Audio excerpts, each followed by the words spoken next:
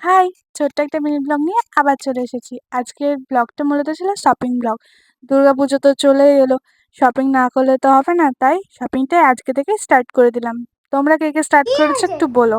তুই তো এই যে কোথাও আসতে কোথাও যাস না। যাওয়ার আগে আমাদের সারা বলে দে। যোজনার কি জন্য এত হয়েছে? খারাপ লাগে, দেখো কি করছে, ও যাবে আমাদের সাথে। কি হয়েছে? আর আদর কেন? যাতে তোকে নিয়ে যাওয়া আদর হচ্ছে যাতে ওকে নিয়ে যাওয়া হয়, কিন্তু আমরা তো নিয়ে যাব না।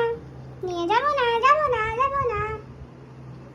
জোজোকে এক কাকিমার কাছে রেখে তারপর আমরা বেরিয়ে গেছি শপিং এর উদ্দেশ্যে। আজকে যাব আমরা বর্ধমান। বিয়ের সময় কিছু কিছু শপিং আমরা বর্ধমান থেকে করেছিলাম, তাই ওখানকার একটা দোকানে শাড়ির কালেকশন আমাদের খুব ভালো লেগেছে, তাই ওখানেই যাওয়ার উদ্দেশ্যে বেরিয়ে গেছি।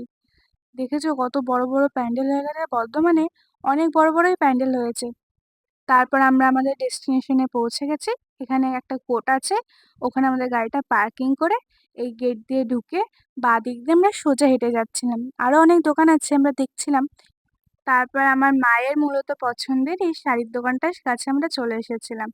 এইখানে তোমরা যেতেই পারো, দারুণ দারুণ কালেকশন, ওয়েস্টার্ন থেকে শুরু করে ট্র্যাডিশনাল যেরকম নেবে সেই রকমই কালেকশন, খুব সুন্দর। আর মানুষের ব্যবহারগুলো খুব সুন্দর।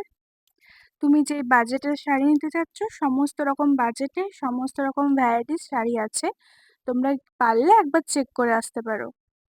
তারপর আমরা একটু সিল্কের মধ্যে, একটু অর্গানজার মধ্যে, একটু তাঁতের, আমরা সমস্ত রকমই নিয়েছিলাম। তারপর এই পাশের এই দোকানটা থেকে আমাদের জোজো সোনার জন্য টাওয়াল নিয়ে নিয়েছিলাম। তারপর এক জায়গায় যেহেতু গণপতি বাপ্পার পুজো হচ্ছিল, তাই দাঁড়িয়ে আমরা কিছুক্ষণ পুজোও দেখে নিলাম। কি সুন্দর লাগছে না দেখতে, আর কি সুন্দর সাজিয়েছে। তারপর ওই রাস্তা দিয়ে ভেতরের দিকে আরেকটা দোকান পড়ে, এই দোকানটা আমরা প্রথমবারই গেছিলাম।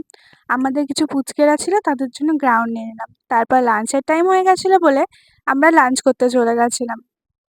এখানকার অ্যাম্বিয়েন্সটাও খুব ভালো, আমরা এর আগেও এখানে খেয়েছি, তাই এখানকার খাবারের টেস্টটাও অনেক সুন্দর।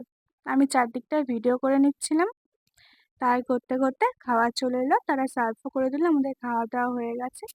এই যে মুড়ি, আমি তো টিস্যু পেপার করে আনবোই। তারপর আমরা বেরিয়ে পড়লাম, আর শুরু হয়ে গেল বৃষ্টি। শপিংয়ের যা বাকি ছিল আর তো কিছুই করা হলো না। তারপর ভাবলাম থাক আজকের জন্য। তারপর আমরা বেরিয়ে গেলাম বাড়ির উদ্দেশ্যে। সারা রাস্তা জুড়ে বৃষ্টি হলো। শুনছি নাকি পুজোতেও বৃষ্টি হবে, তাহলে কি হবে। যাই হোক, তারপর ভাবলাম ব্লাউজগুলো পিকে করতে আর ফলস পাড় লাগাতে দিয়ে দিই। তারপর দিয়ে আমরা পানাগড়ে আর একটা শপে ঢুকেছিলাম। ওখান থেকে বাবাদের জন্য আর দাদাদের জন্য সবার জন্য একটু ছেলেদের শপিং করে নিলাম। তারপর বাড়ি চলে আসলাম। আমার একটা পার্সেল এসেছিল, তার জন্য পার্সেলটা রিসিভ করে নিলাম।